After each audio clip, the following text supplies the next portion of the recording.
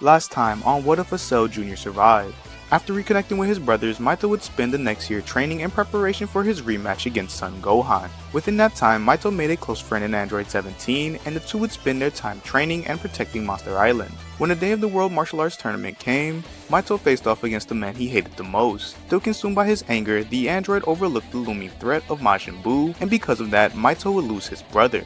The android's rage would know no bounds, and he'd tap into a monstrous power, but his body wouldn't be able to keep up, and he'd collapse.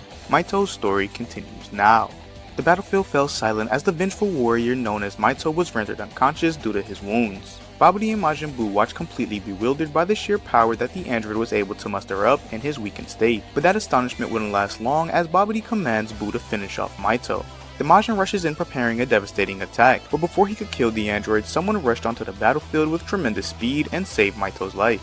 "I had a hunch you'd get yourself in trouble the moment I told you about the tournament," 17 says, holding on to the unconscious Maito. His attention will be brought to Babidi, who demanded to know who the hell he was, but 17 ignores him as he checks Maito's injuries. "Boo! Kill this idiot!" Babidi yelled out in a rage. 17 locks eyes with the Majin as he prepares to attack him. He knew that if this guy was responsible for Maito's wounds, then he wouldn't fare any better against him, so as a result he tried to flee. However, the Majin would be relentless in his pursuit and he'd stop 17 at every turn, landing devastating blows for each of his attempts to escape. With no way out, 17 finally decides to fight back, but to his surprise a massive explosion erupts from the ground below and the Prince of All Saiyan rises from the debris. He gives the androids a confused look. "So it was Cell's brat that I sensed earlier."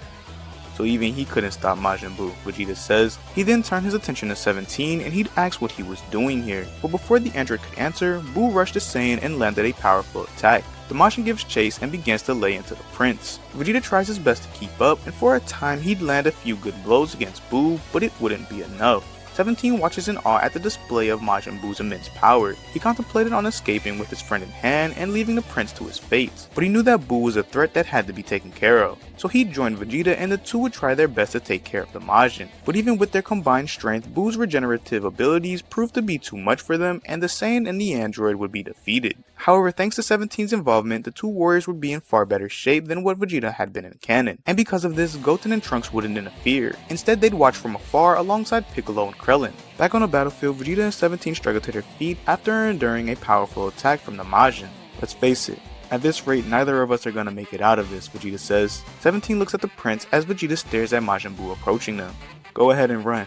Take Cell's brat with you and get out of here. Tell the others to do the same," Vegeta says, as a smile forms on his face. "Tell my son to take care of his mother, and that I'm sorry that I didn't get to hold him one last time," Vegeta says. 17 quickly realized what the Saiyan planned on doing, and he grabbed Maito without a second thought and rushes towards Piccolo and the others. "You gotta get out of here.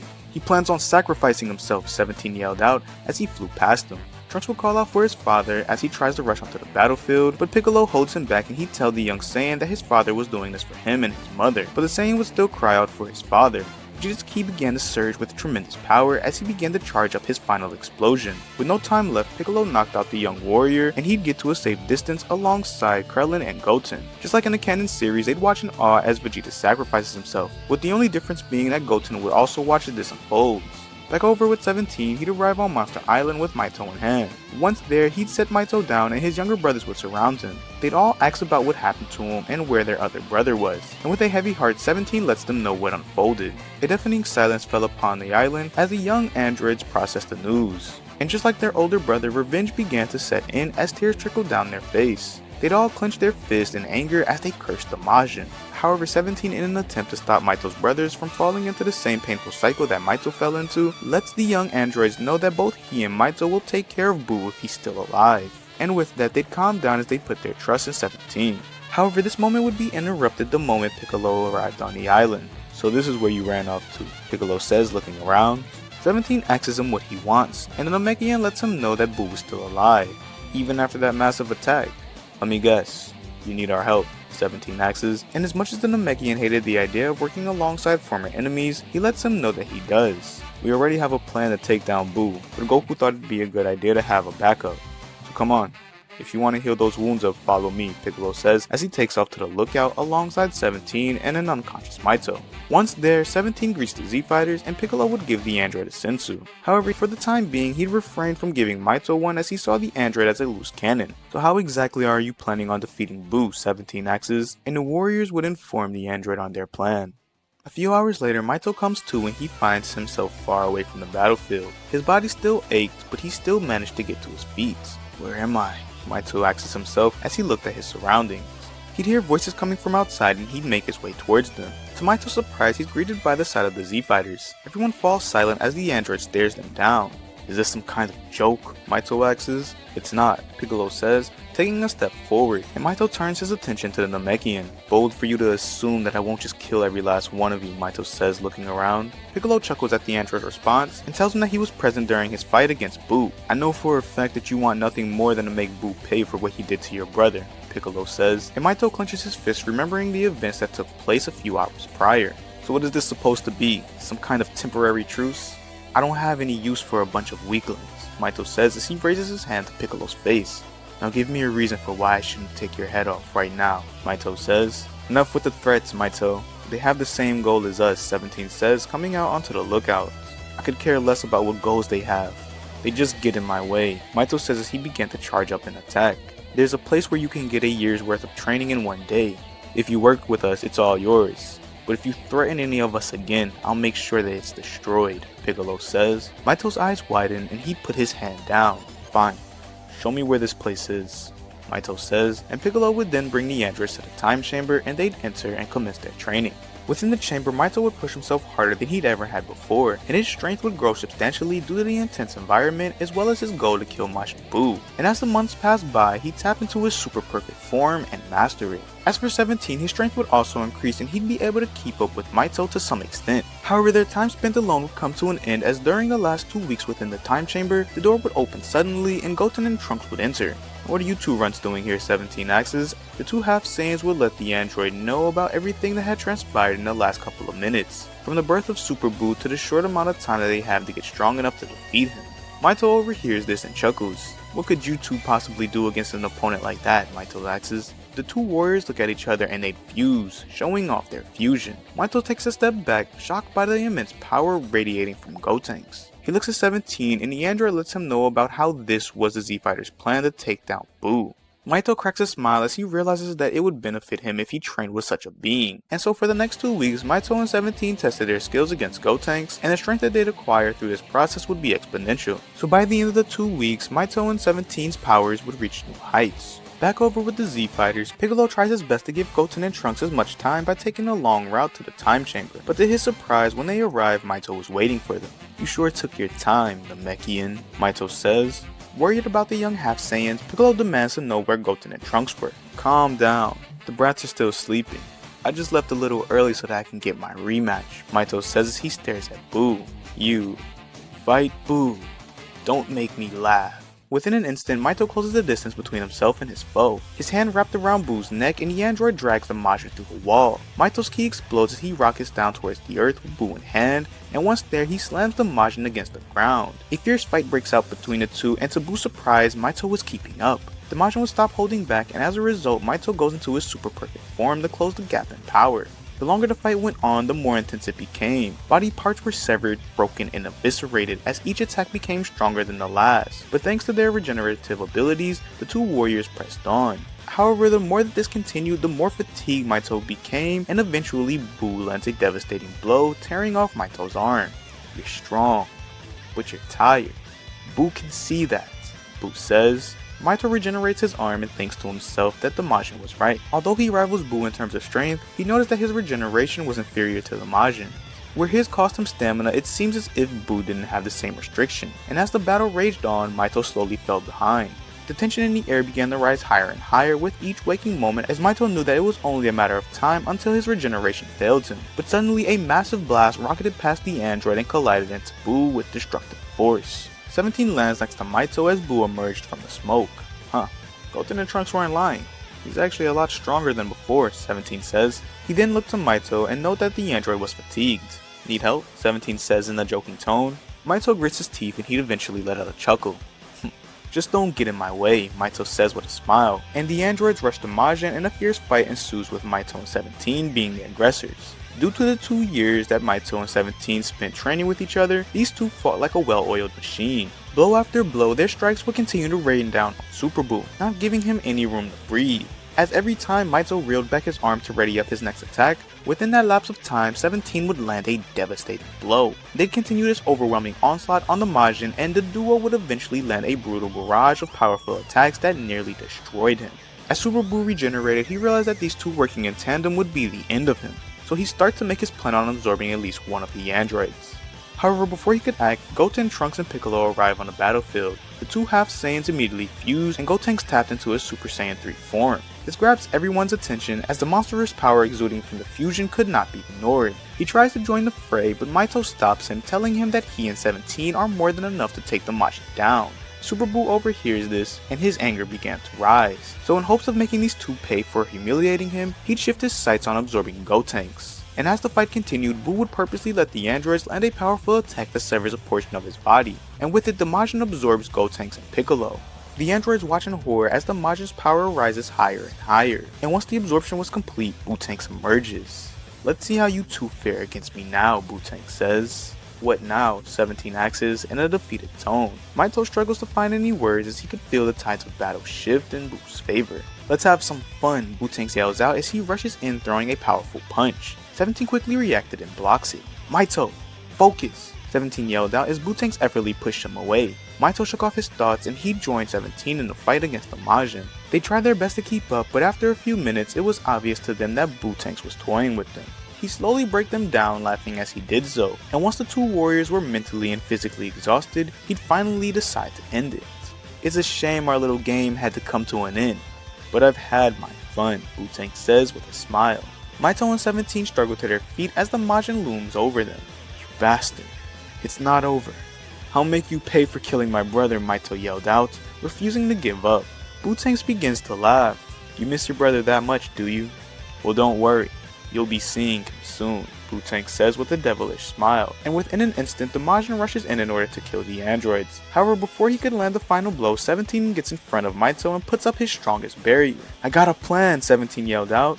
Buu teleports behind him and tries to kill Maito, but the android would put up his barrier as well and he blocks the attack. As 17 and Maito stood back to back, holding up their last line of defense, 17 yelled out, "10 minutes! We just gotta hold out for 10 more minutes!" Buu continued to attack the barrier from all sides and cracks would begin to form. "What the hell happens in 10 minutes? Maito yelled out. However, before 17 can answer, they notice the attack stopped.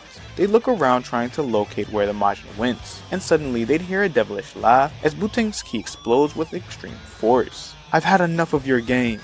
You two die here," Buu yelled out as he rushed in at top speed, building up momentum. The androids braced themselves for impact and they'd pour the rest of their strength into their last line of defense. However, within an instant the barrier shattered and Buu's attack made contact. Maito blacks out for but a moment, and when he comes to, he'd cough up blood, and to his horror, the Majin's attack pierced right through his and 17's chest. He yelled out for his friend, but the android didn't respond.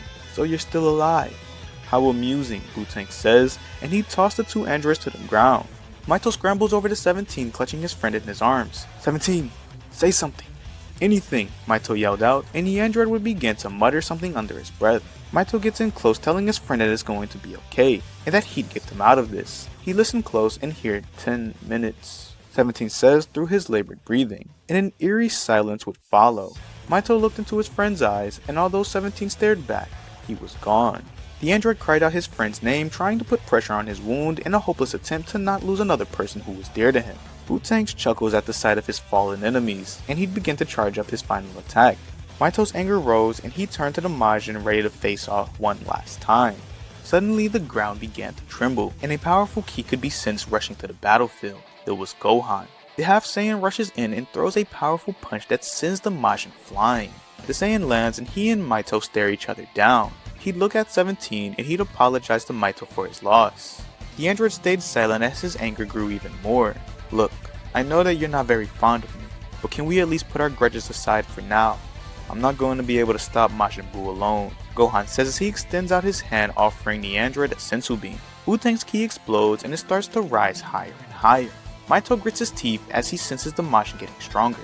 If it means avenging my family, then fine. Maito says he takes the Senzu beam. Maito powers up back to full strength and the duo go into their highest forms, preparing themselves for the battle to come.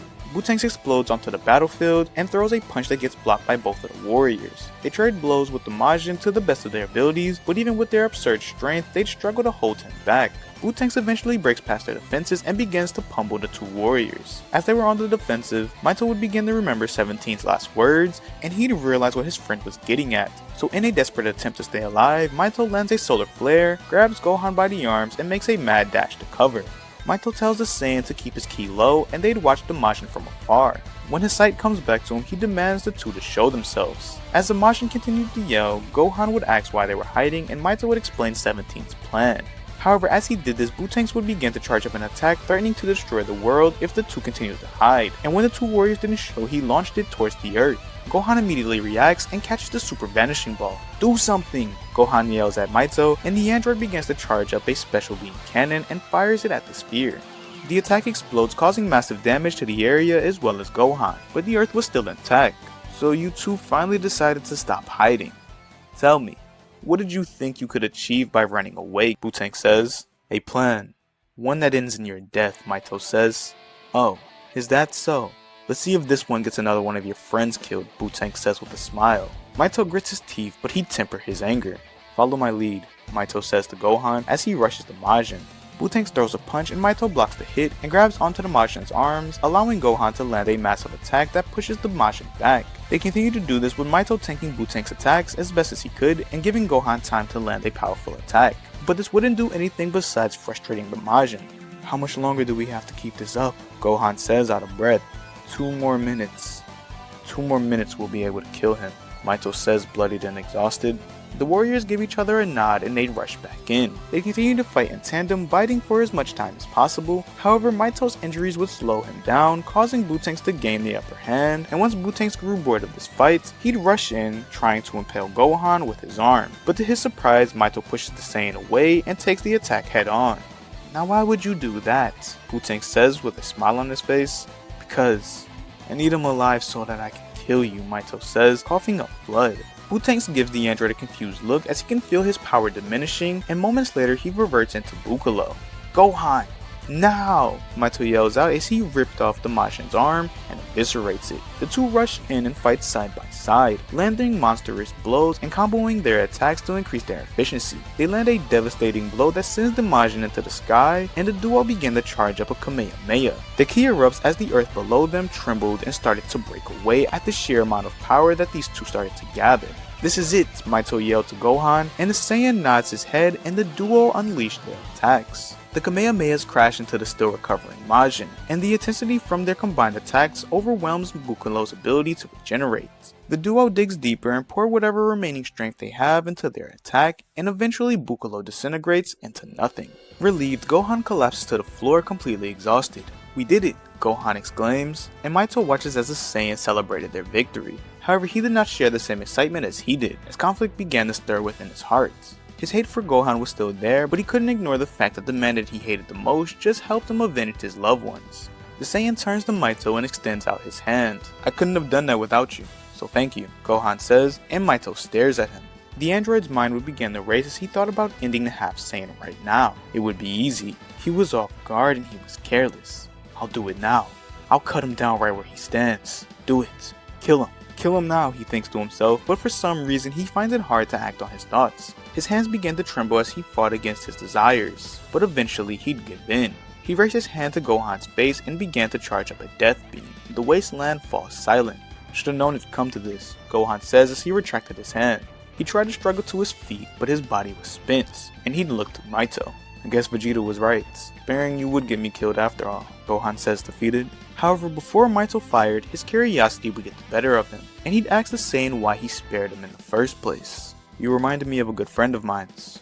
On the surface he was a cold and ruthless man, but deep down he had a good heart. When we fought against each other back then, and even as we fought together now, I could tell that you weren't fighting for yourself.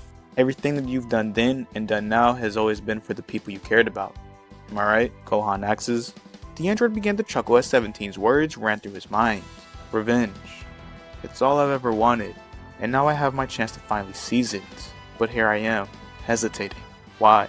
Maito thinks to himself, and he began to reflect on his past actions. From his obsession to killing Gohan and the defeat that led to the birth of Super Buu and the death of his brother due to his inability to let go of his selfish desire, and to the death of his closest friend who wanted nothing more than for Maito to move on. He thinks to himself that his life up until now has been one of loss, and mostly due to the one thing that he thought that would bring him peace, revenge. But it had done nothing but take from him, and even after acquiring it, it gave him nothing in return. So as much as he hated the idea of walking away, deep down he knew that 17 was right. Even after getting his revenge against Buu, there was a feeling that sat in the pit of his stomach. Emptiness. That feeling of loss was still there, and killing Buu didn't change that. So what would killing Gohan do? Nothing, Maito thinks to himself. So as a result, Maito lowers his hand and he'd walk over to 17 and picks up his body. We're even, Maito says as he walks off, leaving the Saiyan dumbfounded. When the android makes it back to Monster Island, his brothers surround him as he carries 17's body. A deep sadness falls over them as they watch as Maito buries his best friend, and not a word was uttered as they all sat in silence in order to honor their fallen friend. And with that, this marks the end of this part. Thank you to everyone that watched this video. I hope you have a great day. Peace, deuce.